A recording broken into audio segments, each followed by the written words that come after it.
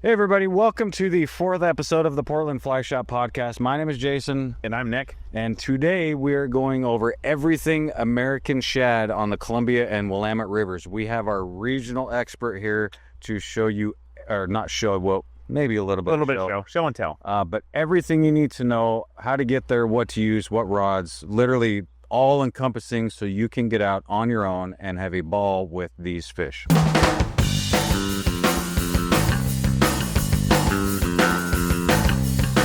All right, we are going to be drinking in this episode. We have Nick's homemade apple cider. Cheers, dude. We are actually really excited to get into this one. Nick has been giddy all week. He can't wait to share. This is one of Nick's absolute favorite times of year, and he's very, very good at this. So I don't know a whole lot about shad. I'm going to go out with Nick this week, and he's convinced me that I will just have a ball. So we're grabbing my boat. We're going to go up to the Columbia, and I will probably be a little bit ruined for these fish. We're going to wreck you. Maybe, but we will have a YouTube video up on tactics like live and stuff after this podcast as well, so that'll be kind of cool. But so anyway, drinking a little homemade cider. We're outdoors. It's been the hottest day of the year so far, so we're on Nick's property, hanging 10 in this beautiful spot. So Nick, what is a shad? It's not a super common fish that's brought up in the Pacific Northwest. I guess, what are they? Why are they here? What do they do? So American shad are the biggest member of the herring family. And so they kind of range like 2 to 6 pounds. They're anadromous. So they're going to come up the Columbia and a few of its tributaries here. And they're going to go spawn. And unlike salmon and other anadromous fish, they're going to act more like steelhead. They're going to spawn and then get out and go back to the ocean. So this little fish, which is native to the East Coast, is not native to the West out here. Okay. Spawns in our months of basically June and a little bit into July. So great little thing. It's got a forked tail, just like that little herring. And so they pull super hard. And there's a whole lot of them. There's 7 million that can come up the Columbia. So we don't get that many steelhead. No, not even close. So is at 7 million, is that one of the bigger runs kind of in the world maybe? Yeah, to my knowledge, and I correct me if I'm wrong, someone out there in YouTube land, I believe it's the largest run in the world. No kidding. Yeah, of American shad. Right. Yeah. So we've got arguably, we'll say, the largest run in the world of American shad in our backyard. And it seems to be that all the gear anglers really know about these fish. And once again, it's kind of the fly anglers haven't really, a few, but haven't hopped on. And we see that with a lot of species in the Pacific Northwest, where there's a lot of conventional angler attention and just, oh, look at that. I just got buzzed by a hummingbird. How cute. But the fly anglers seem to not be interested in a lot of species that we have available. Would that be accurate? Yeah, 100%. And like this, it might be the largest American shad run around, but it's the least fly fished. Right. If you go to the East Coast, there's a lot more people that fly fish for shad. If you go down into California, there's a lot more people that fish for shad. We're one of the few places, again, with the largest run that isn't targeted by fly anglers. So, or at least isn't targeted that much. Sure. Would the biggest question just be access, I would assume? Is that probably why? No, I don't think so. I think there's a lot more access than what everybody thinks. I think it's just like carp fishing isn't popular out here. It's poo-pooed. Yeah, right. Exactly. It has the wrong shaped mouth and the wrong colored, body. It's not a steelhead. It's not a salmon. It's not a rainbow trout. Gotcha. Well, we've been known to be a little highbrow out here on the West Coast, and for good reasons sometimes. And we've got amazing salmon and steelhead fishing. That's what we're known for. As these runs decrease, we're kind of forced to pick other species. Mm-hmm.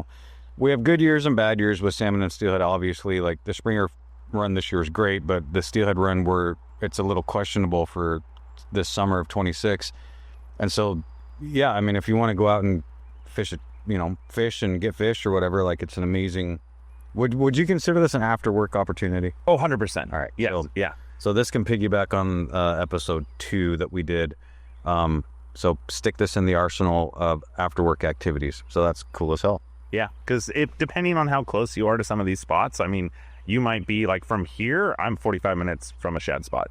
And that's woodland. So we're up by 5 boys. Yeah, well, technically we could actually fish woodland if I was going to jump on a boat. We could be like 10 minutes away. Yeah. But like bank access, and the big thing that I believe, like you mentioned a second ago, is access and why people don't go for these.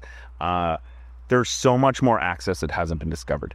And it's one of those fisheries that just has so much potential. And there's been so little people exploring and going out there and participating in it that we have this like unknown frontier that is still being developed. And so be on the forefront of this frontier and of this like new fishery, right? Sweet. At least for us, for the fly angler. That's sweet. Yeah. Anytime we can fly fish the Columbia off the bank and catch species, I would call that a huge win of living in the Pacific Northwest. We have the most amazing resource in our backyard. The Columbia River is truly one of the most underutilized fisheries in all of fly fishing, period. I mean, it's an epic resource, and it's totally underutilized. It's probably the best smallmouth fishery in the United States, I would say. And it's up there in carp. It's huge carp. Now we're going to talk about shad. You can catch salmon and steelhead on the fly in the main stem. Like, we've got this amazing river in our backyard. And so here we go. Let's get into the nitty-gritty details. Teach me about shad, because I literally know nothing. So here we go. Perfect. All right. So let's kind of get into a little bit about shad history. All right, let's do it. So this is the boring part, but like I really like some of the nerdy shit. Well, actually, you told me a little bit of it, and it's pretty fascinating. So American shad. This is the most patriotic fish that you could ever exist.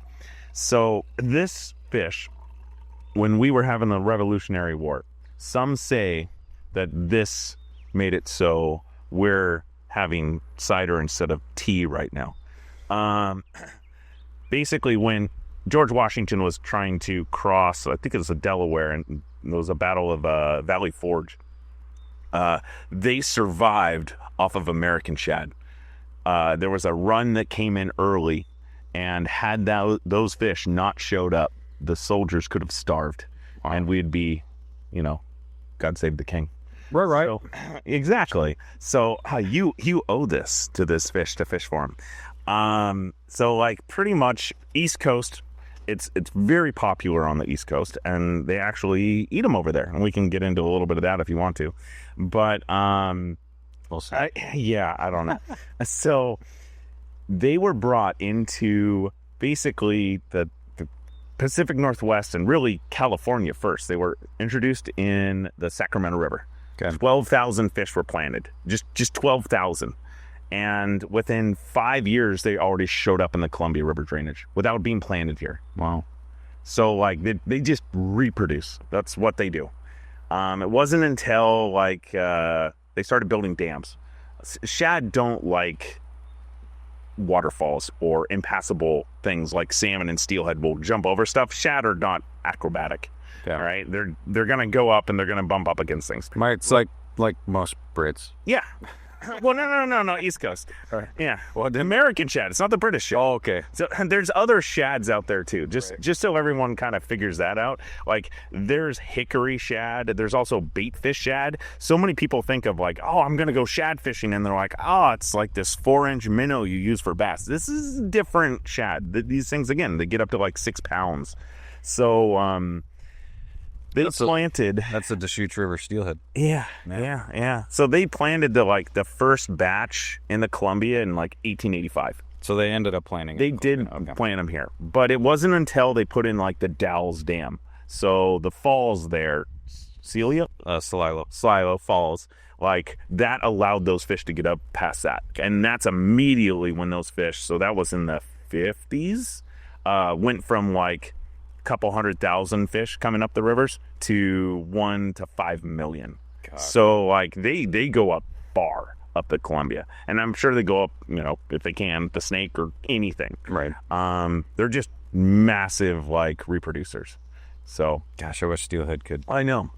So, this is just a fun fact too. A shad female can have up to 600,000 eggs. I wish steelhead had that too. Yeah, right. So that's kind of like shad in a nutshell. Is kind of their history. They were brought here for food. Like, they were not like, oh, cool, let's make a fishery here that, for recreation. No, it was to can shad just because they thought a lot of us West Coasters would like it. The downfall would be like, we like salmon more.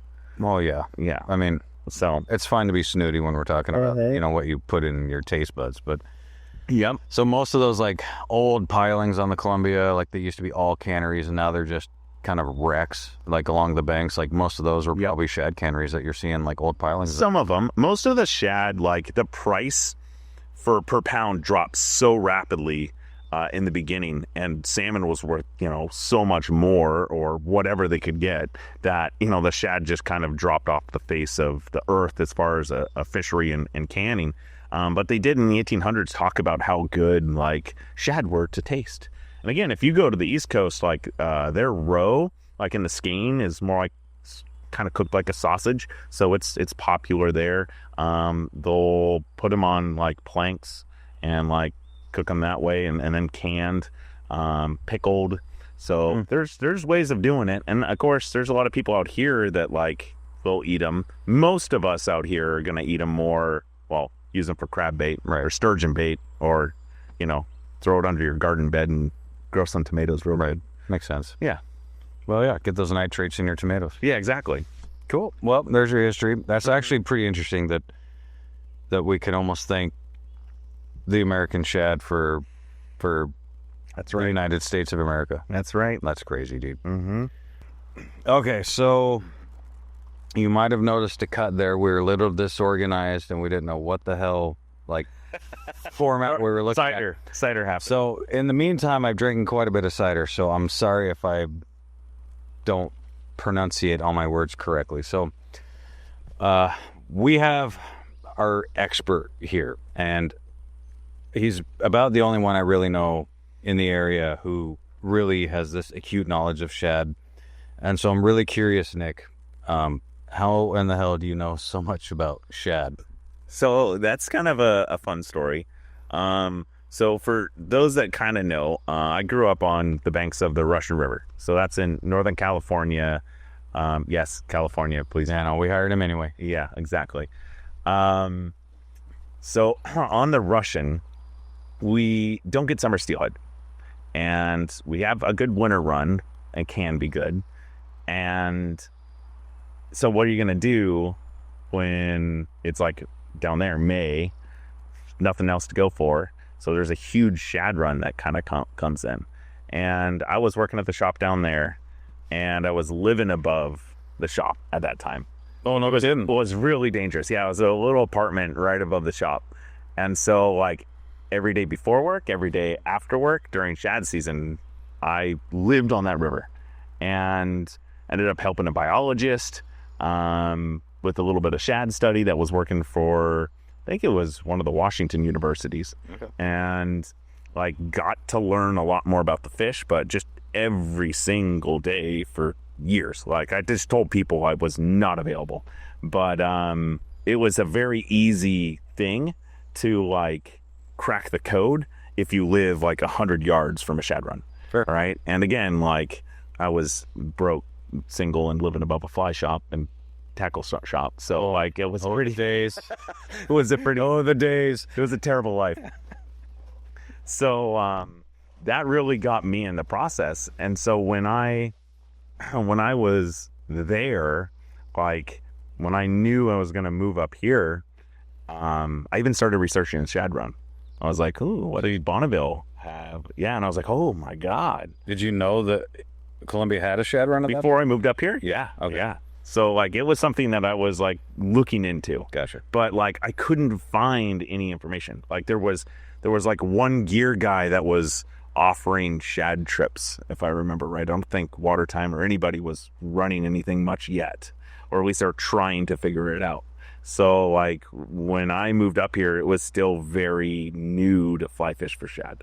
Okay. So, I mean, it's almost still kind of new. it is still like very new. Really weird. Like we've got the biggest run in North America, and even in the shop, we've got people constantly like, what's up with this shad thing? You know, today, I mean, it's Sunday, man. We had like 4 people in today, like just curious about shad, you know? So I think it's an up and comer for sure. Like we noticed when they closed the Deschutes River for steelhead 3 years ago, all of a sudden, all of our fringe species got really popular, and it opened a lot of doors for people for just exploring our backyard. You know, I mean, tons of people went carp fishing, tons of people got into bass fishing, and then actually more people went coho fishing for the first time really than I can even remember, just because the Deschutes was closed. We didn't have our fall return, and so people are like, wait a minute, like you can catch coho. And there's a shot that we're gonna have a, you know, kind of a crappy steelhead run, so here we go. Like if Exactly. All these opportunities, I mean, we're so lucky in the Pacific Northwest to just have so many diverse species, right? And again, there's very few of these species, and you look at carp, you look at bass, you look at all this stuff that really is just barely tapped, right? And shad's one of those. And there will be new places, there will be new techniques, there will be new flies, there will be new everything in this species, in this area. And that's the coolest part, that you're going to be the forefront of some of these anglers that are targeting these fish. So that kind of leads into a good segue of why. So if somebody out there is shad curious, why would somebody do this? Okay, so easiest answer. Let's just start with this. It's closer. It's way closer than the Deschutes. So you have the Willamette pretty much below the falls. So there's access, tons of access in a boat, of course. But you can be Oregon City, right? Bonneville, like mostly below the dam. I mean, that's not very far from a lot of people. And so that has a lot of potential. So these are places that you can go after work if you just want an hour. And that's this species is, there are so many of them. There might be a couple 100,000 running up that river that day. Gosh. And so it's not something where it's like a steelhead where you're like, oh man, I need all day and I'm going to get a shot at one. This is like, oh cool, I fished for an hour and I caught 20. I mean, I was fishing the last week, and it was really early. It's like one of the first few days shad were showing up in Bonneville, and I got 20 in 2.5 hours. Well, I know. I was talking to him on his cell phone, on his earbuds, and we were actually talking about this podcast while he was fishing, and I could barely talk to him because like every 20 seconds he's like, up, missed one, up, there's one, up. So the potential of that is really cool. And the second part of it is just what we are talking about, is you can be a new angler and not good at like fighting fish, or don't really have your hook set down, or not great at stripping or getting it to the reel. This is all practice. Like this is, you have a shitty year of steelhead fishing and you go get that one fish for that whole season and you screw it up by setting the hook wrong. Like that sucks. Right. Well, with shad, you screw that up and like 5 minutes later you have another one on. So you can screw that one up too, or not, right? And so there's so much potential in a finding fish, but like teaching and learning from these experiences, right? Plus, like if you're good at shad and you can like go out there and get a few, it's a perfect opportunity for you to get a friend into it. So if you want to get your kids, grandkids, or like a spouse, exactly, you can get them into catching fish like almost immediately, as long as the runs have started and are going, right? Not in December. That's the biggest like potential that this fishery has. And then also, if you're just wanting to practice casting, like you can actually practice your spey casting, but with result. And we'll get into the gear and stuff later, but like if you just want to practice your spey casting, you can actually like catch quite a few fish while you fart around and like learn technique. Yeah, and I would have to say that like the learning thing here is like probably the biggest bonus, because there's so many people, especially new people, that are getting into the sport, and like we see it all the time on the river, on the Deschutes, even for trout fishing, and you hook that like big trout that you've been wanting to, but you don't play it right, you know, you get slack to it. If you get slack to these fish too, they're going to come off, but like you're just going to catch another one, so who cares? So that is so key to learning to becoming a better angler. Very cool. Is like learning to battle, learning to strip, learning to let the fish run, all that stuff, right, comes together to make this fishery like a really good learning experience. So if we're gonna split hairs here and challenge maybe some highbrows, if you took a let's say a 4-pound shad, Mm-hmm. and you compared it to a 4-pound Deschutes rainbow, who wins the tug of war? Well, and that's a good question. The 4-pound shad. The fork tail. The shad's got a fork tail.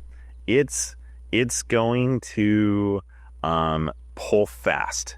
Now, shad don't have like crazy long runs like a steelhead, right? But like if you get a 4-pound shad, and especially if it's in the Columbia and it's in current, it's going to get sideways. It's going to use that fork tail, and it's going berserk. Gotcha. Right? So they will pull hard, but they're not going to go on 100-yard run. Gotcha. Right? So like comparative to a trout, you're going to learn a lot. Comparative to maybe like a 10-pound steelhead, you're probably going to have more of a battle on your hands, right? But you're not going to hook, 10-pound steelhead in one day. So real quick, for visual purposes, on your arm, so everybody, I'm assuming, has at least one arm who's looking at this. Yeah. If you don't, I'm sorry. I didn't mean to offend you. So 4-pounder from fingertip, like what would a 4-pounder be?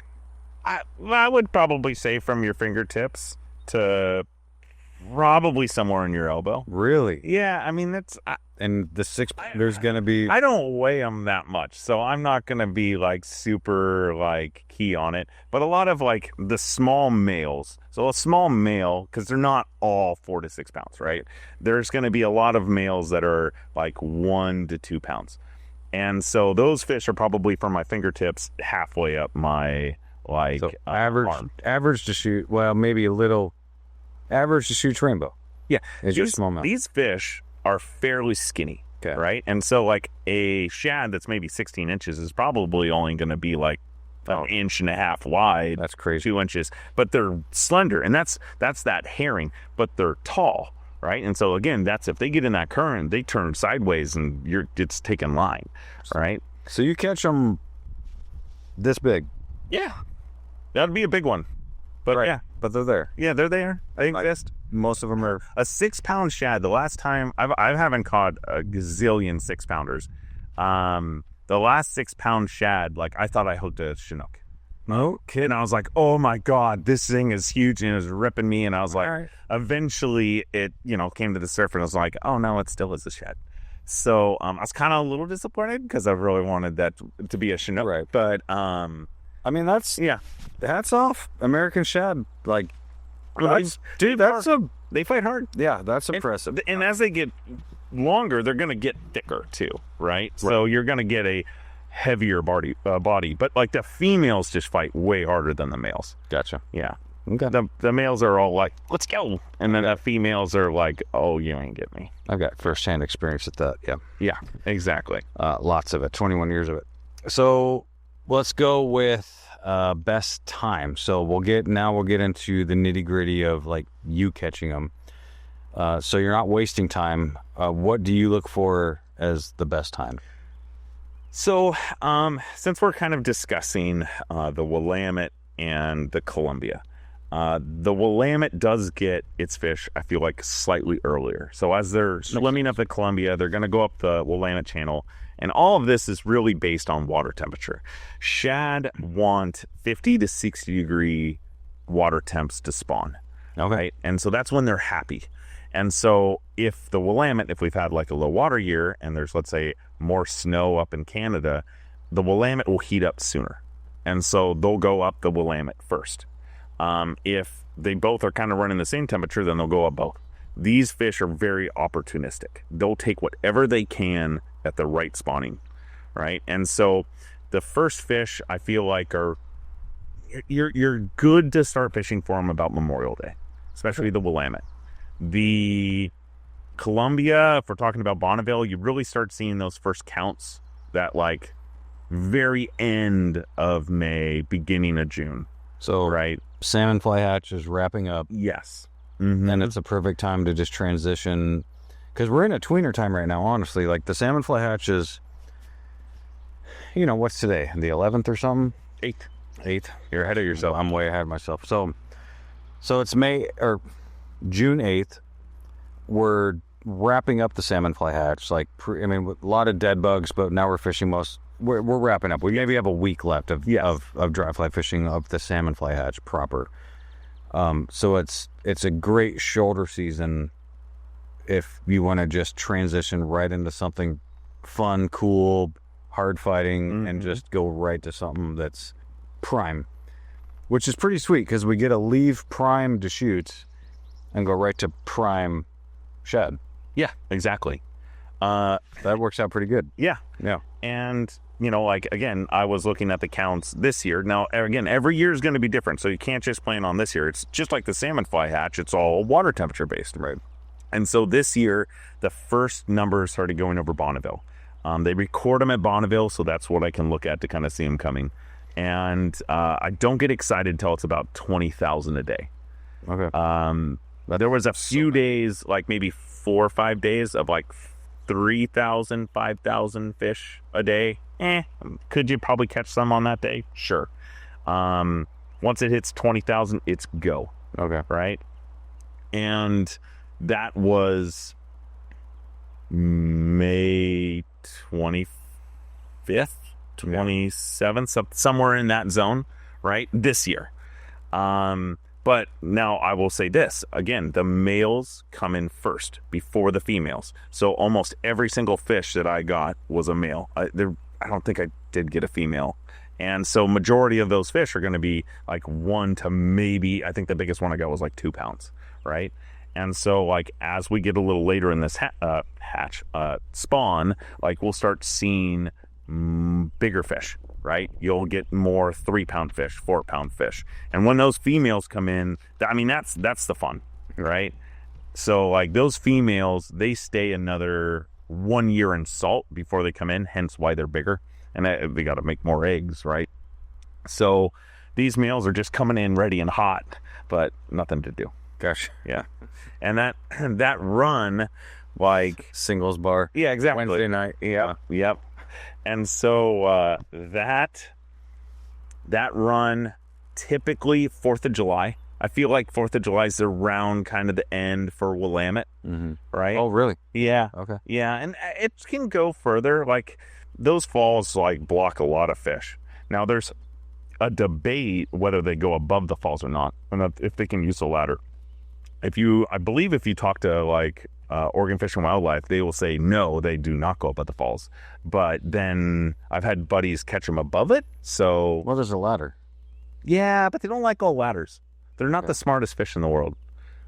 Even more of a reason. Yeah, exactly. So it's crazy. They don't use the ladder. All right. Yeah. Because that's the only reason the Mackenzie has steelhead. And yeah, well, there's certain kinds of ladders, right? There's different styles with hydrodynamics that like force fish up. So the ladder at probably Willamette's probably pretty old. Right. Staircase. Yeah, exactly. And then with the Columbia, you can actually follow those fish up. Okay. So like you can watch the numbers on McNary, and like that pulse of like fish coming through is almost 2 to 3 weeks later. So if you're like, oh, I really want my shad fix, you can chase up the run, go to like below the John Day Dam, and you can still target shad like post 4th of July. Well, we have, so one of our sales reps, Jacob Zirkle, and actually he's going to be on this podcast here talking about Alaska and stuff. So that's going to be cool. Yeah, stay tuned for that. But he was out in Ridgefield last week. Yeah, catching shad. And catching a lot of shad. And you you really need a boat down in our area because we're sitting in Woodland right now. We both live in Woodland. We live 5 minutes apart from each other, but there are opportunities to follow.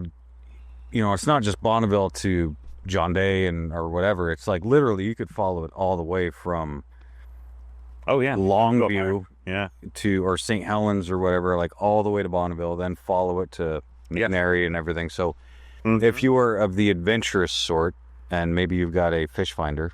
Yeah. Right. And there's what a lot of people don't talk about, but there's years they go up to Clackamas. No kidding. Yeah, they're opportunistic. As if that water temperature is 50 to 60 degrees, they will spawn in it. Hence why they were able to come from the Sacramento all the way to here in the Columbia within a few years. All right. So like there are other rivers they go up, and just no one's really talking that much about it. But it's got to be the right temperature. Sure.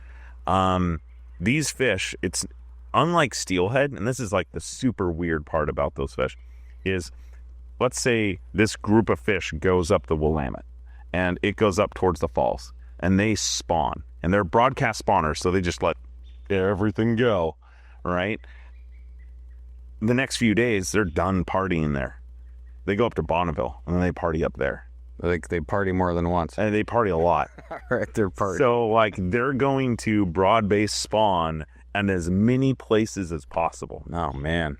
All right. So, like... we know some of these types of people. Yeah. And so, like, they're going to spawn maybe at Bonneville, but then they're going to go up to McNary, and they're going to spawn up there, and then they're going to go up to, like, Boardman, and they're going to spawn up there. Wow. So, like, and hence why their numbers can get so crazy. Gotcha. Again, one of those females has 600,000 eggs. So I wonder if there's got to be some major natural predators on the East Coast for these fish. Like, that would be the only reason that would make sense to me that we don't have those same predators on the West Coast. You want to know what their predator is? Yeah.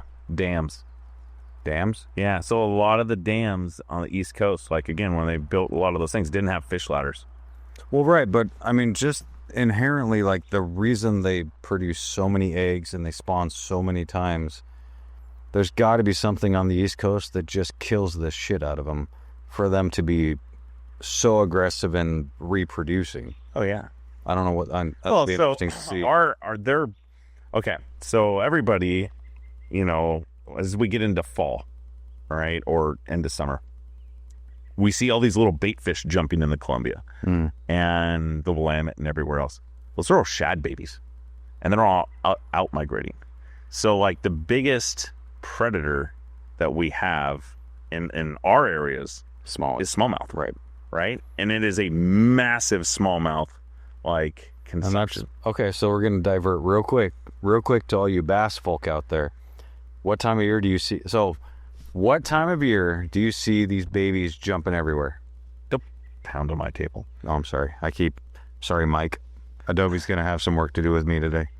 So, typically, those eggs are going to hatch, depending on water temp, like 5 to 15 days. Okay. That's it. And, like, I don't know if anyone else has had this experience out there, but I haven't had it here. But, like, they spawn in the evening and at night. And so, like, I was fishing really late one night on the Russian and realized my waders were covered in something, like, really sticky gross. And ended up being a bunch of shad eggs. So, like, again, the party happened on me. And, like... but you were live... Shad Diddy party. Yeah, exactly. So those eggs, right, are pretty quick. So immediately, I mean, that can be food for a lot of different minnows and other things. But, like, they're those babies that are way up the Columbia, they're going to take time to get down. So, like, that latter part of summer and fall, they should be starting to exit the estuary in fall. So, like, right as, like, bass are starting to go, like, and go dormant, that's their last kind of food-ish. All right. So all we're saying, like, so again, we're diverting to the bass anglers that could be watching this, but we're saying from John Day Dam to Dalles Dam, which is probably some of the best smallie fishing anywhere from John Day to Bonneville, which is probably your best smallmouth fishing anyway. August through September, all these smallies are going to just be chowing on shad. Yeah, and possibly sooner. Okay, and possibly, so we'll say mid-July. Again, 10 days Right, on 4th of July, you're only mid-July. All right. But So, it's going to take time for them to get bigger. so put that in your back pocket so everybody time flies and fishing up smallies up in that area. I mean, what are they? 2 inches? Probably going to be, well, it depends on the time of year, right? So they're going to start really small, like that, like centimeter or whatever, and then they're going to get probably, maybe that inch.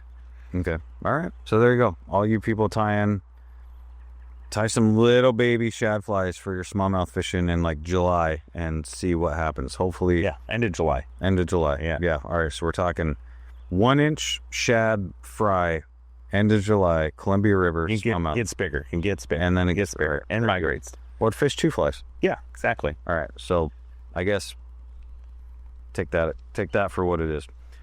Okay. So we talked about following the run. Let's get a little technical now.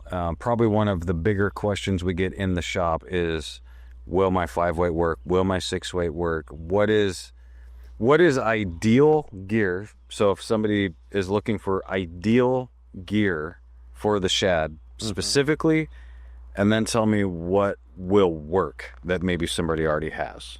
Or like maybe they've got this rod and they can band-aid a sink tip or something, but like, so tell me exactly what is true ideal, and then tell me how somebody can make their trout or steelhead stuff work. Okay, I'm going to give you like normal, and I'm going to give you absolute worst case scenario, because I've seen worst case scenario. So ideally, especially if you're fishing from a boat, single hand rod. Okay. I use a 6-weight. If you have a 7, that's fine. If you talk to Rob Crandall, he uses a lot of 5s. So 5 to 7. I mean, if you got an 8, it would be fun, especially if you have a sink tip line, because a lot of the lines that we want to use on these things are really fast sinking, right? And so that same line that you use for coho is the same line I use for shad. Okay. So like 24 foot or 18 foot, super fast sink tip. So that would be, if we're just for everybody out there, we're talking. So the line I use for coho, that's the Airflow Streamer Max short. Mm-hmm. So that is my ideal line for silvers, which it sounds like for single hand would be the ideal line for shad. Yeah, and I would say like in a pinch, like a 12-foot sink tip to 15-foot sink tip will work in that scenario as far as like kind of ideal. But like I overline, so my 6-weight has a 7-weight line on it. A lot of times our Rob's 5-weight rods have a 6-weight line on it just to get it down fast. Right. Worst case scenario. So buddy Kevin was out there, didn't have a sink tip line. Dude, you got mosquitoes. Are these mosquitoes? They're mosquitoes. You're going to get bit. Oh, this is awesome. Okay. We thought the pond would be a good idea. They don't find me. The pond's a spider. So, okay, so he didn't have a line, right? And he, I don't know, broke it or whatever it was. He took, because he had it, 2 10-foot chunks of T11 and put them together and put them on the front end of his floating line. Now, again, he's fishing from a boat, right? So he didn't have to cast far, and he just kind of like waterload and chucked it out there. Worked excellent. I bet. So, like, you can make ways to make this work, but in that scenario, are you going to cast that well? Absolutely not. But, like, especially from a boat where you can just roll it out there and just, like, water haul or just flick, sure. You just have to get down. You've got to be to the right depth. So, and that's so much of this fish is the right depth. So what is ideal? Does that change from Willamette to Columbia? No. No. So the same line. Yep. Same line worked for both. That's good news. What is your ideal sink rate for shad? Anywhere between 6 and 8 inches per second. So T14-ish. Yeah. Yep. If I could fish, if I could fish a sink tip, it would be, oh, get over the mosquitoes. T14. Okay. How long? 12 and a half feet. 12 and a half feet. All right. So everybody, 12 and a half feet, T14. Yes. Okay. How long is your leader? Just like steelhead, it's not long. The longer the leader, the less you're going to get down. At least with my style of flies. And so that's going to be like 3 to 4 feet. Okay. Yeah. Standard. and like 8-pound test. 8-pound. Yeah. Fluorocarbon or no? Yeah. So Shad, like when I'm a steelhead and I'm just like, it's got to be fluorocarbon. Like I'm 100% fluorocarbon believer. When it comes to shad, I'm like, oh, I got a little half spool of this. I'm just going to put that on there. So it's really what's ever in my box. 8-pound-ish. Yeah. But make sure it's like not trout 8-pound. And what I mean by that is like 3X. I'm looking for more like 0X or 1X. You know, something that's like stronger, more abrasion resistant, because they're going to be on the bottom. Got it. Like it's going to hit rocks. Okay. Yeah. Cool. So we need abrasion resistant, stiff, mono or fluoro, 12.5 feet of T14, and or more. Okay. Yeah. Depending on the zone. Now, like this doesn't matter as much near Bonneville, but like the Columbia has a fair amount of current. And it is tidally influenced, but closer to Portland. When we talk about like the Willamette has tides. And if we have a high water year and tides, that drastically affects the Willamette. Okay. This year, 2025, we haven't had that many. All those are just gnats. These are gnats. Some of them. Well, they're right here, so I'm going cross-eyed, and so I can't like actually see what they are. I just see movement. This will be the last outside podcast we do. Okay, so Willamette has tides, and so sometimes that can be too much, right? If it's like a slow-moving tide and you have too much water and it's backed up, right? So there are times that you need less. Got it. Not a lot less, but like maybe 10 feet of T8, probably at the absolute lightest. Okay. Yeah. All right. So we're still on gear. Yeah. If somebody's going to outfit themselves for shad for a season, get T8, T11, T14. Get your normal 3 tips that you probably already have for steelhead. Exactly. And that kind of comes back to if you've got stuff for steelhead. So most people don't use a 6-weight single hand rod for steelhead, right? The sink tip line. From the bank, I prefer a spey rod. Okay. Now I'm using a 3-weight trout spey. You can get away with a 4-weight, absolutely no problem. 2-weight might be a little small, but just for throwing the heavy sink tips. But like our flies that we're throwing are so tiny and light for the most part. I can throw on my 3-weight trout spey like 12.5 to 15 feet of T14 easily. But you doctor your heads up. I do. And we can get into that. Okay. Do we want to get into that? Maybe a little later. Let's say, would you say ideally a 4-weight trout spey for T14 for most people that aren't willing to cut lines, loop lines, do all the BS? Like if somebody's just going to buy the perfect setup. A 4-weight isn't bad. But if they have 3-weight better. A 3-weight's better. Okay. Yeah. So a 3-weight's more fun to fight them. A 4-weight will cast T14 better. Way better. Right. And so that's where we're at. And so, like, you can, because again, if you are steelhead fishing, if you have a 6-weight spey rod or a 7-weight spey rod, like, you can still go for these fish. Sure, and you can 100% throw T14 with that. Now, the downside is when we're talking about, like, an average of a 2 to 4 pound fish, like, a 7-weight spey rod is not the funnest thing in the world to fight these. If you get a big female that is that 4 to 6 pounds, sure, it's going to be awesome. But you hook the like 1 pound males and you're going to be like, oh, cool, I have a smolt. Right. Yeah. So that would be the very large size of the spey rods. So, all right, I'm going to do a couple things here that aren't on this piece of paper. So we're going to, your ideal 3-weight trout spey that you fish for the T14, because every rod's a little different. Like the Beulah 3-weight is, I mean, I feel like the Beulah 4-weight's more of a generic 3-weight from other companies. Probably. Yeah. I mean, little tippy. Yeah.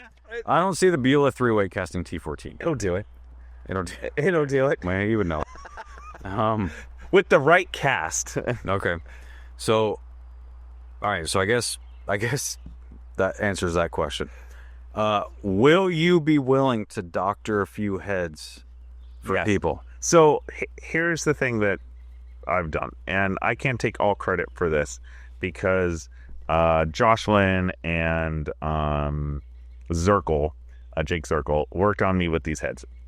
And so we cut some old airflow intermediate heads, and which you can't get anymore. They've been discontinued for like 10 years now. And I've played around, and I've done it to one of your old heads, one of the creepers, and it works pretty good. But those old airflow heads were just unbelievable. Real quick, if anybody wants the creeper, you can write Rio fly lines and ask them why they don't let us do custom lines anymore. Anyway. Yes. So those heads were not a standard floating. They were intermediate or faster than intermediate sinking. Because of this, it allows your sink tip to get deeper, quicker, and under that like surface current. Right. So it just fishes so much better. So if you want, I will play around and try to make a custom intermediate head. I cannot promise it'll be as good as the ones that I got dumb lucky with putting, but I don't know if we can get, because right now we have the fist. There's fist lines out but there. we'd have to cut the back. You have to cut the back and the front. You got to cut both because they end up being around like 13 and a half feet. Okay. So it's a thing. You can definitely play around with it on your own.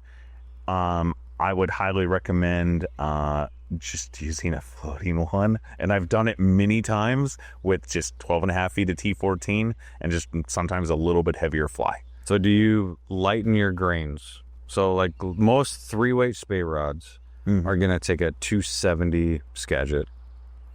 Do you go down to 240 if you're fishing 12 and a half feet of T14? I think the head that I love the most that I cut, now I'm not 100% accurate on this, but I think it ended up being right around 250, and I would throw 270 on that rod normally. 270 grains. So ideally, if we're doing 12 and a half feet of T, I'm trying to get you to commit, dude. Yeah, I know. 240 grain Yes, Skagit. go lighter. So 240 grain Skagit with 12 and a half feet of T14 on your average 3-weight trout spey will absolutely get the job done, yes or no? Should. Yeah. Okay. I 99 guarantee it. 99%. Okay. Yeah. And if there's a 1% chance you just fish a heavier fly. Yeah. Okay, done. Yeah. That's all I wanted. All right. I think Mr. you Knock don't need Middle. I don't think you need to drop the grains as much on the head because the fly is so light that it's making up for the T14 being so heavy. The T14 is a lot for a 3. It is.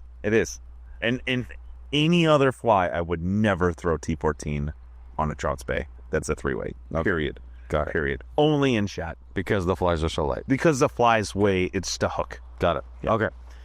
Now, I had a question a second ago, and there was a really good one. Okay, what determines when... So we were talking about T8, T11, T14. Mm-hmm. What would be the determining factor of when you change? Is it just if you're not catching fish, you need to change? Is it something like that simple? Yeah. So when you're not catching fish, there's a few different things that are happening. These fish are coming up, and they're coming up in like a daisy chain or a row. And so they're always in the same spot. So they all follow the same path? Yes. Okay. They all follow the same path, and it's usually a current seam or something. We can get into that more. But like if you're not catching fish and you know fish are there, you're not at the right depth. Got it. Right? And possibly something else is going on, but more than likely you're not at the right depth. So I may need to try, especially if your friend's catching fish, I may need to try a heavier fly, heavier sink tip, lighter fly. So that's just like steelhead, the different ways that I'm going to adjust depth is by my fly and by my sink tip. How long do you give it before you switch up? 15 minutes? I'm shad. Shad are like ADD, like on like steroids. 5 minutes? 5 minutes. Yeah. If you're going to get one, you're going to get one. And It's going to be like 90% of the time, like if you know there's a fish there and you're watching somebody hook one and above you or below you, like, and you're not, you're in the wrong spot. So does it do any good to watch because there's usually a lot of gear anglers, conventional anglers around. Does it do any good to kind of see what they're doing, or is it just totally different? Do your own program. Like as far as like copying, like trying to look in, are they going heavier? Are they going lighter? Does that make sense? Yes and no. Okay. So I would say this is going to be very pinpointed to our shad here. Gear fishermen in California and gear fishermen probably on the Umpqua and gear fishermen that actually have to work for these things try hard and do a really good job. Our gear fishermen here are the laziest people ever. And so like they, just because they're doing something right doesn't mean that they 100% know why. Okay. And like most of them are just throwing a heavy sinker with like a ton of different gear on it.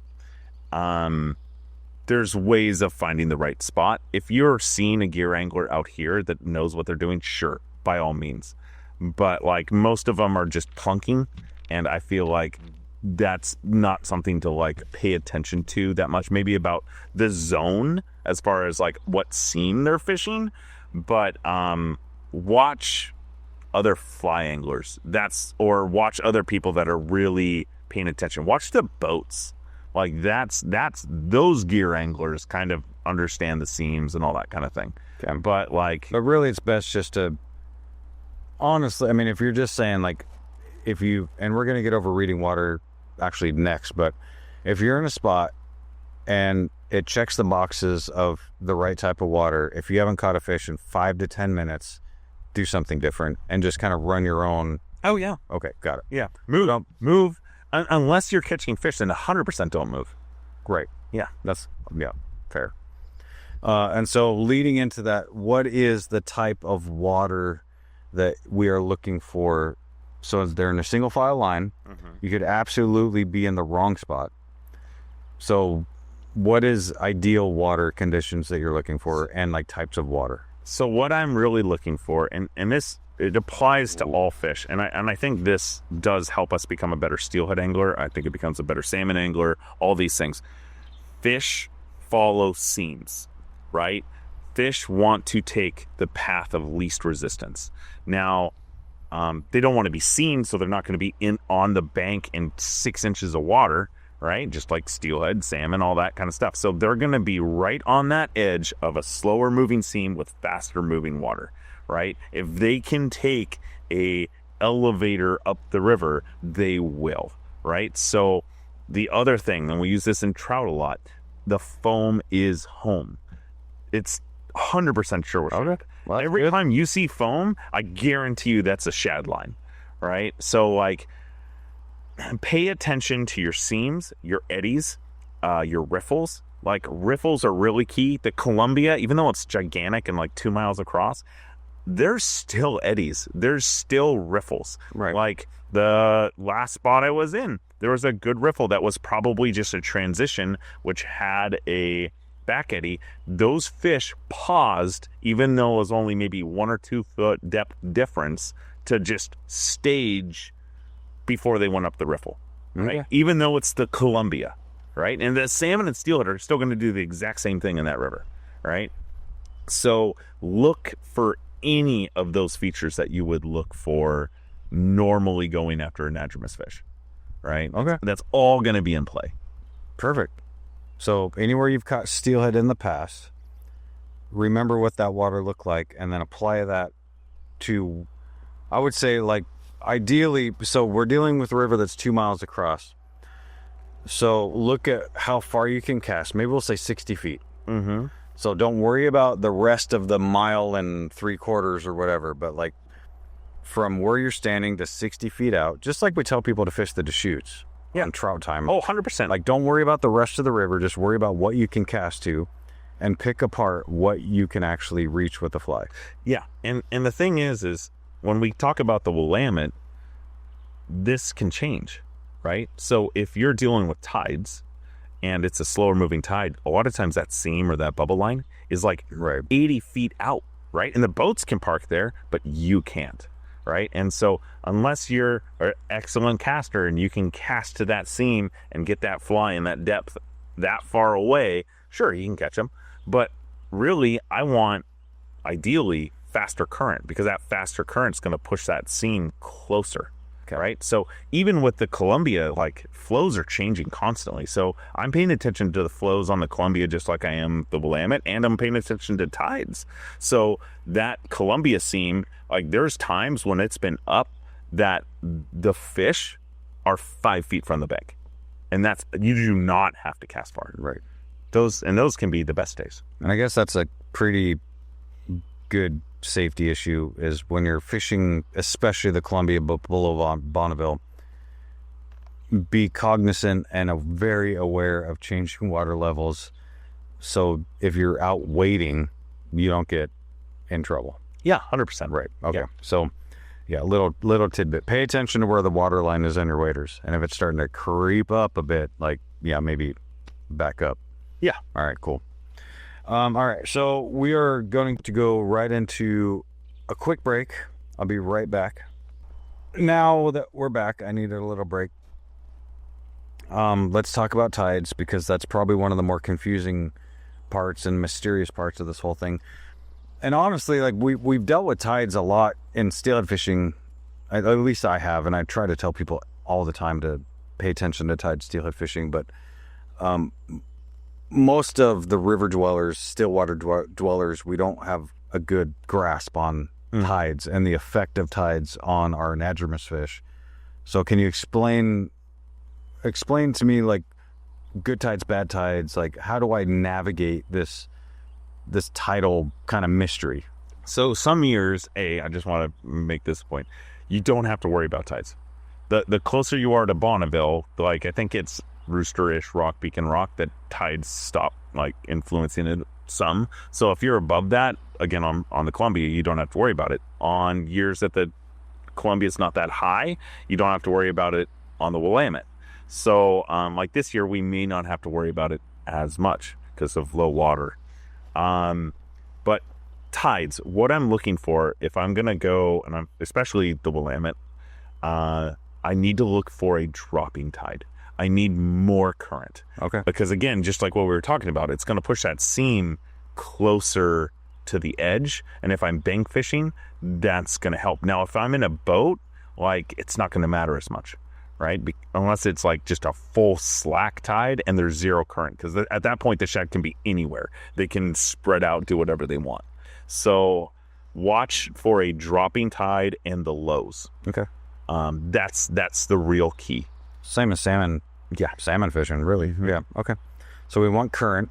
Are we still dealing with walking speed-ish type current? Yeah. Faster, okay? Yeah. No, faster can kind of be okay as long as there's a soft seam on the inside. If it's too fast, then we need a lot more sink tip and a lot more heavy fly to get down to the depth. Okay, got it. Sorry, I got the hiccups now. That's awesome in the middle of a podcast. Okay, so tides will vary. You can actually get on Google in your region. Like, let's say you want to explore Kalama, or you want to explore, what's the one across from Washougal there? Chinook, near the Sandy. It's just above the Sandy. Columbia put in. Anyway. Oh, yeah, Chinook Landing? Chinook Landing. So, like, let's say you want to explore that. Like, pretty much every region around here, you'll have a separate tide chart that's available online. I'll post the link. Yeah. How do the YouTube pros do it? Right here. Be the link. So we'll post the link, but you can actually, every section based on how far away it is will have its own like little separate tide chart. Yeah. So we can post that. I think it's tides.com or whatever, but we'll do with that. But that's a good one to stick in your favorites and just pay attention to the tides. Because what you don't want is like a great outgoing tide at 2 a.m. No, right, which happens a lot, you know. So it's actually kind of cool because you can plan your days based on the tides, you know. So it's a little bit predictable, maybe. Yeah, it's predictable, but then at the same time, again, for the people that are like, oh no, it's a shitty tide, just go above the tide. Well, fair. Right? Yeah. Yeah. But if you're staying in this lower drainage, it's something to 100% think about. Okay, cool.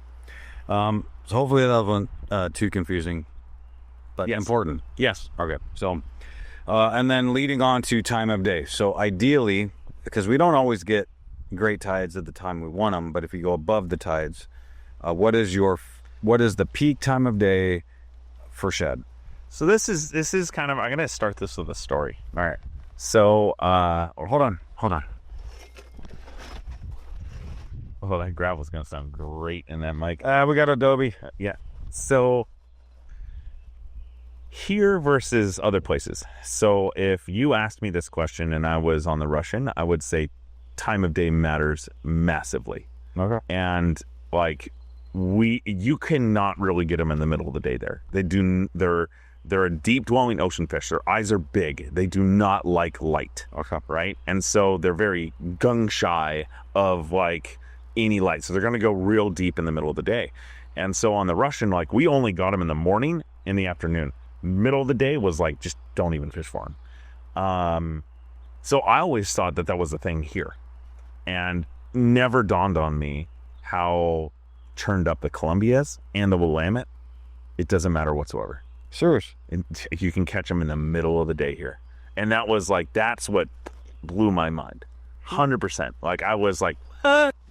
And because the Columbia has like 3 feet of visibility, those fish feel comfortable at 4 feet of depth, right? And so they don't care as much. Now, I'm sure there might be some years that the Columbia and the Willamette are going to be like lower in gin clear, and so that might matter.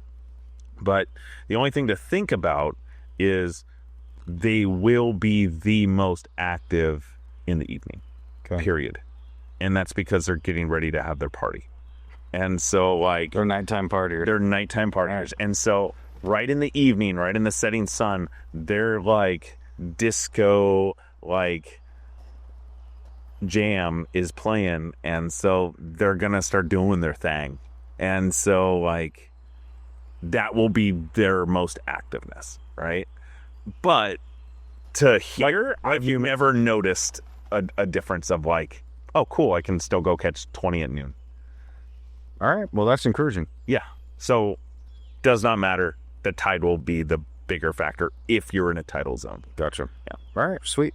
And then I guess you could probably, since there's a tidal gauge pretty much everywhere up the Columbia, I imagine via the World Wide Web, you could, based on year-to-year water differences, height differences, we could probably gauge where the tide's stopping every year based on what the graph is saying. Like you could almost like look at the graph and be like, okay, we have tides here, but then like here, we barely have any fluctuation. Yeah. And like figure out exactly where you can go any time of day. Tides don't matter as long as we're above this graph. So yes. All right. Yeah, cool. Done. Sweet. And again, the link would be there. Places. Now, this is probably the biggest question we have. I would say absolutely the biggest. Well, flies and location are going to be the 2 biggest questions we have. Because again, this is a big mystery. This is a big mystery to people. So for the bank angler, which is 99, probably 95% of the person, well, actually probably 99% of the person we're talking to for shad, because most people don't have a power boat.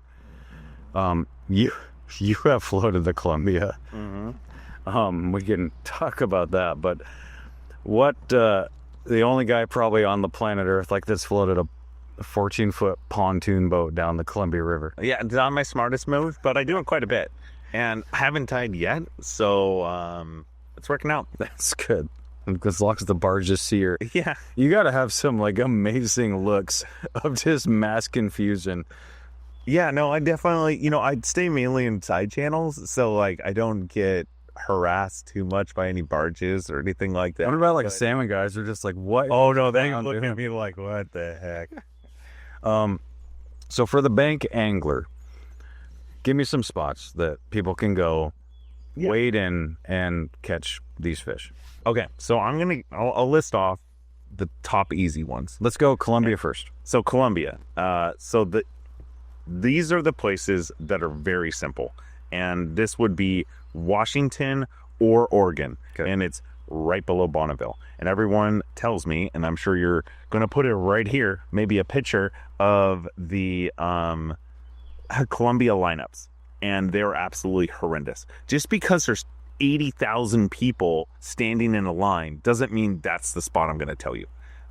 Is that a spot? 100%. But like, shad anglers are probably the most lazy of lazy.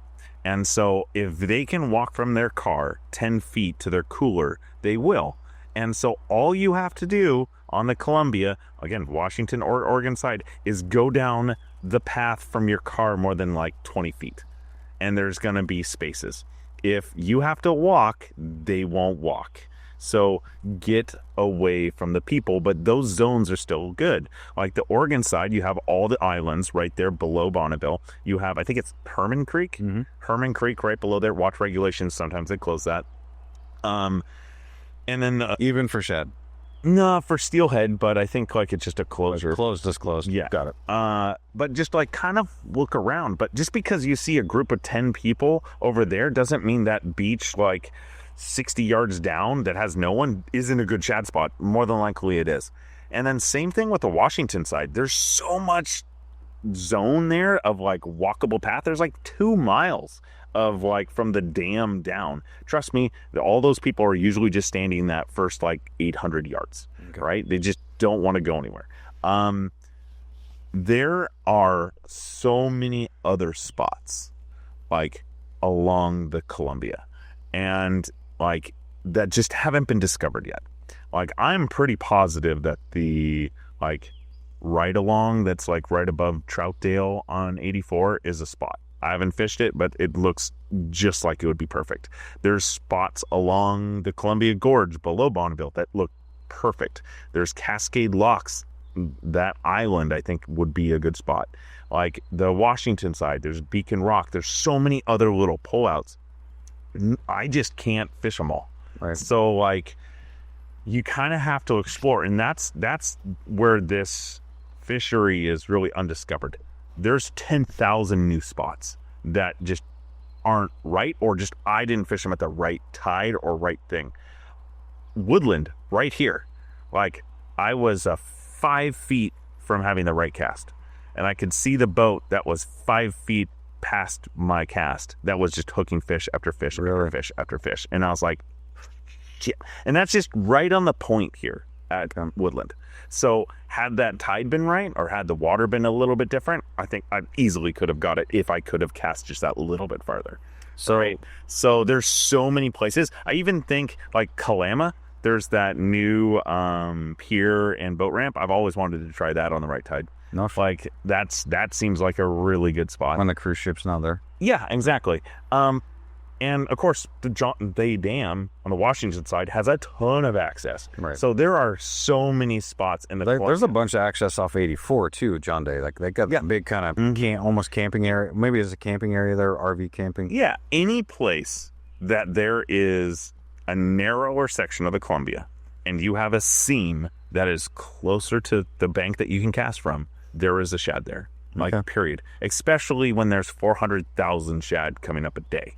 Right? Like when we're in the midst of it and like the middle of June, there's so many shad everywhere. Like you have potential. And the same thing with the Willamette.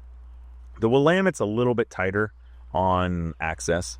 A lot of houses. There's a lot of houses. A lot of rock. I think at the right tide, there's a bunch of stuff near Lake O.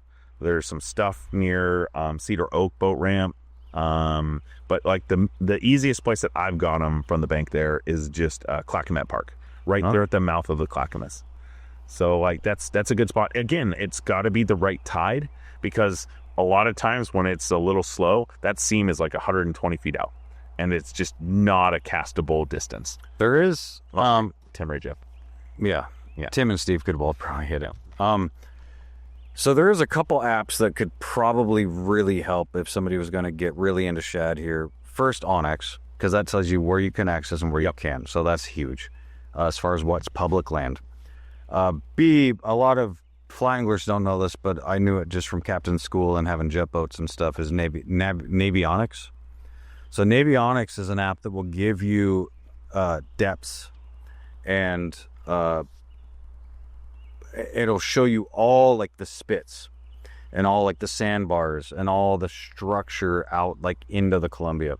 Because believe it or not, the Columbia is way, way shallower than you would think it would be. Like they dredge the channel, but there's been so many times I've been in the Columbia looking for carp in the middle of the Columbia River in my jet boat, and I've got to be like, whoa, and get off the throttle because I'm literally about to hit like an inch and a half, 2 inches of water. Mm-hmm. And it's like in the smack dab, like there's just a rock pile in the middle of the river somewhere. The Columbia is actually a very treacherous river to just haul ass on if you don't know where you're going, because it can get very, very shallow. So Navionics will show you all those little spits. And so there may be something off the bank that you can just walk like way out on the spit and just find this badass seam that like really nobody knows about. So I guess the point is like the person that decides to do the most research is going to win this game. Oh, there's so many spots. Again, this is where this is untapped, right? Like I've just fished my spots. I have my spots. I like my spots. Right. And so like, you know, you get into the funk of always fishing your same zones. Sure. Or you start floating the Columbia in your pontoon boat like an idiot. So Or a genius. Or genius, exactly. So, you decide. You go find some places. Well, seriously. I will say that I have, with Navionics in my boat, when I had my big boat, I have swung steelhead in the Columbia and been very successful at spots just because I know the geology and I can find areas to swing. And this was steelhead, right? So, and it's updated. So people, if there's a new hazard, you can actually plug it in. It goes to the internet and it updates everybody with that app. Oh, that's amazing. So anyway, Navionics on X. If you want to get after shad, you can really hone in some like spots that you could be all alone and kick some ass. All right, so cool. Anything else with places? Well, that's pretty much like it. Again, so many to be discovered. Like, get out there. Like, I basically have just given you all the places that I fish, for the most part. Not the rock to stand on. No. But I've mentioned every place that I go. Okay. Now, I've heard rumors about a shad king. Oh, yeah. Please tell me about the shad. So here's your story. So like shad are fun. So when they're abundant, right? And you have this potential to like catch so many. And so on the Russian, there's this infamous shad angler that passed away a little bit ago, and his name was Jim Powers. And funny story is he like lived like 4 doors down from my parents. So like I've known him forever. Kooky old man, awesome guy. Can't wait to be one. Yeah. And he came up with this kind of game called the Shad King. And so I can't remember if he did it or like it was just a other person that was part of the group. Because in the shad lineups in California, we'd have like 10 or 12 people, gear and fly, all lined up. And everybody would kind of get along. Some people would pass a flask around. You know, there's good times. And someone brought a Burger King crown. Those paper crowns you could get from like your birthday, Happy Meal or whatever, but that's McDonald's, I guess. And so whoever caught the most amount of shad that day had to wear the crown. And so he ended up wearing the crown like all the time. Yeah. Yep. And so he kind of had his first initial pattern of like kind of the silver bitchin' of the fly that I kind of use, and I've changed a little in my style. And he kind of got it originally from a guy named Bill Shad, which is a famous Northern California like angler known for steelhead, not shad, but he had a name Shad. So fun, haha. It's meant to be. Yeah, exactly. And so we would every like shad day go out there and like try to catch the most. Whoever got the most got the crown. Did you? So the shad, I got the crown a couple times for sure. Couple times? Oh yeah, maybe more. So it was just a fun little game, and that's the kind of fun things you can have with shad. Is that it's not serious. It's not like steelhead where you're like, oh god, we gotta get that one. You know, you and your buddies it's all about like trying to catch that fish, right? This is like, oh, there's so many, who cares? You hook another one. How many do you have? There's times where we put 2 flies on the same time, so they try to catch 2 shad at the same time. Oh. You know, like I don't like that. It's a pull in different directions. It's all a disaster. But it's a thing. Right. So like all these fun and games like are all part of this fishery. and like it kind of makes it a joke, Okay. right? And that's the cool thing about this, is that you can make it a joke and it doesn't have to be serious. It's just shad. Okay, so let's talk about. Well, There's nothing I can talk about. You didn't write the rest of. Sorry, you need a few more things probably in trying to figure out these fish. This is worthless. So let me give you some techniques. Okay, give me technique. So the big thing that's different that I would say from steelhead swinging flies to kind of swinging shad flies. With steelhead, I'm typically going to cast across or slightly down. Right. I might cast across or slightly up With shad. with shad, Okay. to try to get a deeper drift, right? I want to dredge as much as I can. Now, these fish, they're microplankton eaters. So they're not eating like other fish. They're eating like zooplankton and maybe other fish eggs and things like that. And so like they're very much attracted to bright, shiny objects. And so I might give my fly a little bit of a twitch. Not like pop, pop, pop, pop, but more of like a pop, pop, like a second or two in between. Almost more like a lake fishing twitch, Sure. right? I'm not stripping in, though you can, but I'm usually just using my hand with just a little bit of a pulse, right? That twitch can really get a lot more bites. Okay. And so I think that is key, but depth is important. Once you find where those fish are, and you will, like, don't move. Figure out exactly how many casts or pulls you had. If you were spade casting, was it 5 pulls? Was it 7 pulls? Was it 10 pulls? Whatever it was, keep it at that exact same distance. So once you're first, then you're in. You're in. Okay, got it. Now, you may get through pulses of fish. So you might get a fish, a fish, a fish, and then it's dead. Don't move right then. Like, that pod has gone through. And maybe 5 minutes later, maybe 10 minutes later, another pod's coming through. But you figured out the spot those fish are going to travel. So, like, figure out, like, where exactly that was. Now, sometimes, like, if it's not really going super well, and you're like, oh, I got one there, but I couldn't get a second one there. Move, maybe there is a better seam and you just found that one straggler that was coming through, right? And so, like, if you're catching fish and you're catching a fair amount, don't necessarily move. Okay. But if you're not catching enough or you haven't found one, move. And it might be, like, and it is crazy, it might be 3 feet. That's all that it takes. Or one more pull in line, or a little bit more cast up, or a slightly heavier fly. But, like, find the fish. Right? Once you have that spot, it's a spot. Now, remember what height it was, what tide it was, whatever things. Because if you can, like, repeat that, I guarantee you the fish are in the exact same pattern. Okay. So we'll just, like, dumb it down, like, pure simple. Mm-hmm. You will get to a spot, and then, oh, we have a dog. You'll get to a spot, so you're going to make one cast, let's say straight across. Mm-hmm. And if that doesn't hook a fish, if you make one cast and it doesn't hook a fish, are you immediately making a different cast the next time? I might try, like, if I feel like it's a good seam and the fish are there, I might change an up angle cast, or I might feed some line into it, or I might get it a little bit deeper. But I'm typically going to change it until I get a fish. So every cast. Okay. Yeah.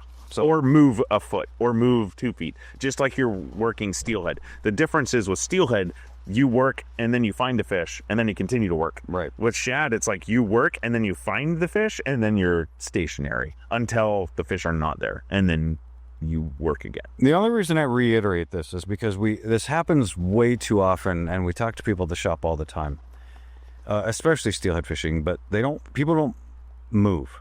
Yeah. And so I'm kind of beating a dead horse with this, and I'm doing it on purpose because I really need to drive home the fact to the most aggressive way possible that you make one cast in likely water and nothing happens.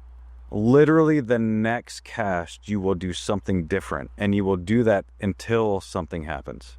Yeah. Okay. Exactly. All right. So be very aggressive as you can be, with your changes until you find fish. And The definition of insanity is doing the same thing over and over again and expecting a different result. And if you're getting the same result of catching a fish, then repeat. Again, there's a reason I'm doing this, and it's because we talk to a lot of people that they struggle and they don't catch fish and they don't do these things, and we find out that they've stayed in the same spot for 3 hours, and so I'm just trying to drive home that fact, all right, to be very aggressive at finding these fish until you find them, and then roll what you're doing. We have a second dog. Cool. All right, we have 2 dogs now. Let's see. Let's go over flies. So second biggest question besides access is what flies. So we're gonna do a little zoom here. Zoom. Oh my gosh, you're big. Hey, Ben. Hi, Finn. Yes, you're a good boy. Let's go over some flies and let's talk about what you look for, because you've got a couple of the same flies but in different weights, and so let's explain this portion of what's going on. Yeah. So for flies, you want a few different things. Like colors are key. I really like silver and orange, but chartreuse and silver can be really good. You'll look at basically everything is shiny. Everything has a lot of crystal flash or some sort of flare, right? Again, more chartreuses, oranges, but everything's got flash. The key here is kind of different weights. If we look at some of these things, like this is a fairly heavy, like with a big bead, big hook, a little bit of Estaz. My go-to is something like this, which has like more of a bead chain. So very, very lightweight. My theory on a lot of flies is I want a lightweight fly with a heavy sink tip. And the deal with that is this, because it's so light, it's going to flop around in the water and have a lot more movement. Therefore, the sparkle could, in theory, sparkle more. That is my go-to.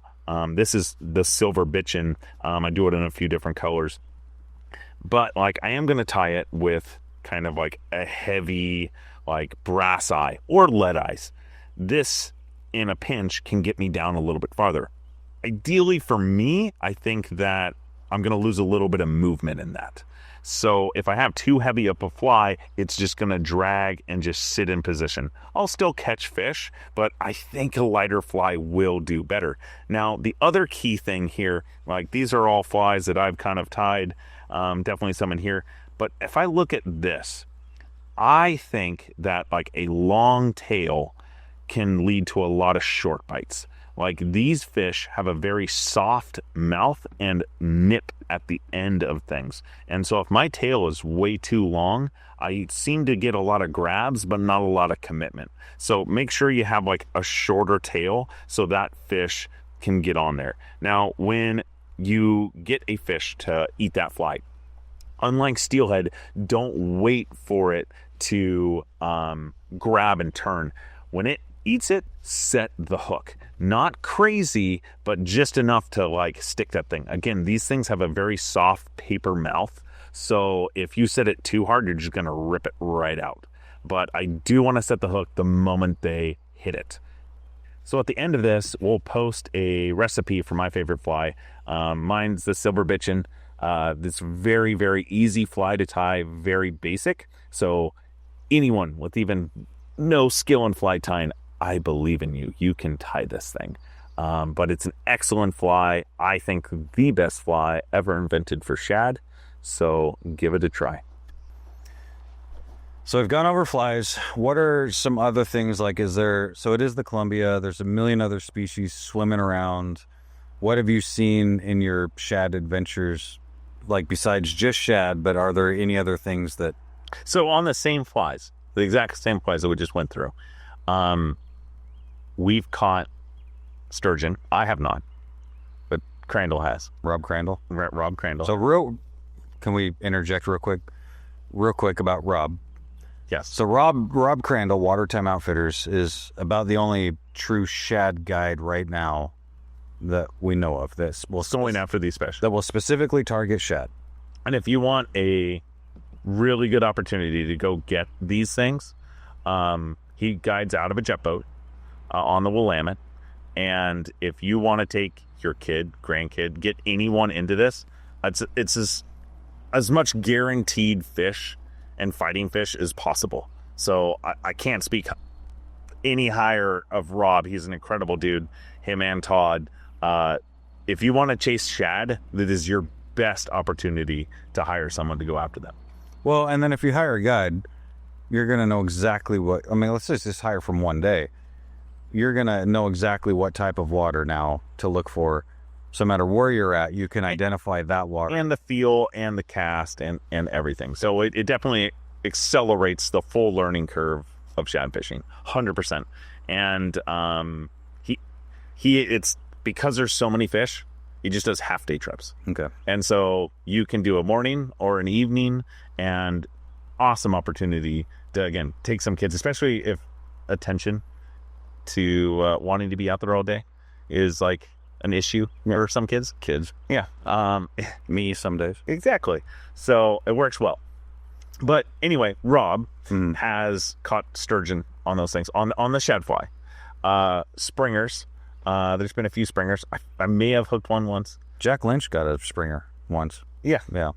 And then what you catch a lot of is smallmouth bass. Like, they will 100% eat that shad fly. Okay. Like, I've also seen it's so close on a couple carp. Like, carp will eat it. I don't know why. Whatever reason. I've had carp eat sculpzillas on full retrieves fishing for trout before on the Willamette. So or bass or whatever the hell would eat. You never know. It's the Willamette, so you just throw it out there and you see what. Someone told me they got a walleye on one of the shad darts once. Yeah. So, like, I mean, it's a shiny thing. Dude, if you could figure out the walleye thing on flies, that would be a game changer, because those things taste amazing. Like, oh, I love walleye. So, cool. Well, Nick's trying to get me to start guiding shad because I've got a JEPA and a captain's license, but we'll see. The thing that I would recommend for everyone to try, if you get into the shad thing, we've been trying to get this going.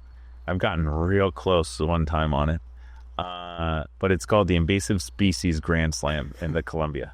And so you need to go catch an American shad, a smallmouth bass, and a common carp all in one day. So it doesn't have to be on the same fly, but it just has to be all three species. we should try to video this. Yeah, I'm down for it. I've gotten the bass, the shad, and then had the carp on and then lost the carp. You've also had like the carp and then the shad and then never got the bass. So you've also been in a pontoon boat, right? Yeah. Yeah, we got a jet boat. Yeah, that'll be easier. Yeah, way easier. Mm-hmm. So what happens if you get a springer on top of it? Like, you just buy the... That's not invasive species. Oh, fair. Yeah. I mean, but that would be like the mega slam. Yeah, exactly. Right. Okay. Well, if you get the springer as well, then you just buy a Powerball ticket on your way home. Yeah, exactly. You're done. All right, cool. Is there anything else? So we've covered gear, we've covered sink tips, we've covered flies, we've covered spots. Is there anything else you think that we haven't covered? Really, just take the advantage. Get out there after this thing. Okay. Like, if you have more questions, like, that's what the shop's here for. You can talk to me, you can talk to Jason. Don't talk to me until next week. Yeah. Go and try to make this fishery something, because like I've been trying, and we've got a bunch of other people that, have done this, but I can basically count them on my hands and toes. So this is a new thing, right? If you want to be on the forefront of a new fishery, this is it, right? It may not be glamorous, and you may not be in the most glamorous spots sometimes, but trust me, it's cool. I mean, I don't know, man. Fishing the Columbia River is awesome. And it's such an amazing resource. And the fact that you can actually fish the Columbia from the bank, catch multiple, fish, is pretty intriguing. It's just one more reason why I live here, honestly. Yeah, exactly. There's so much to do, and there's so many opportunities for the willing angler that's not snooty about type of fish, but the angler that just wants a bent rod and a big old grin, like paradise. Yeah.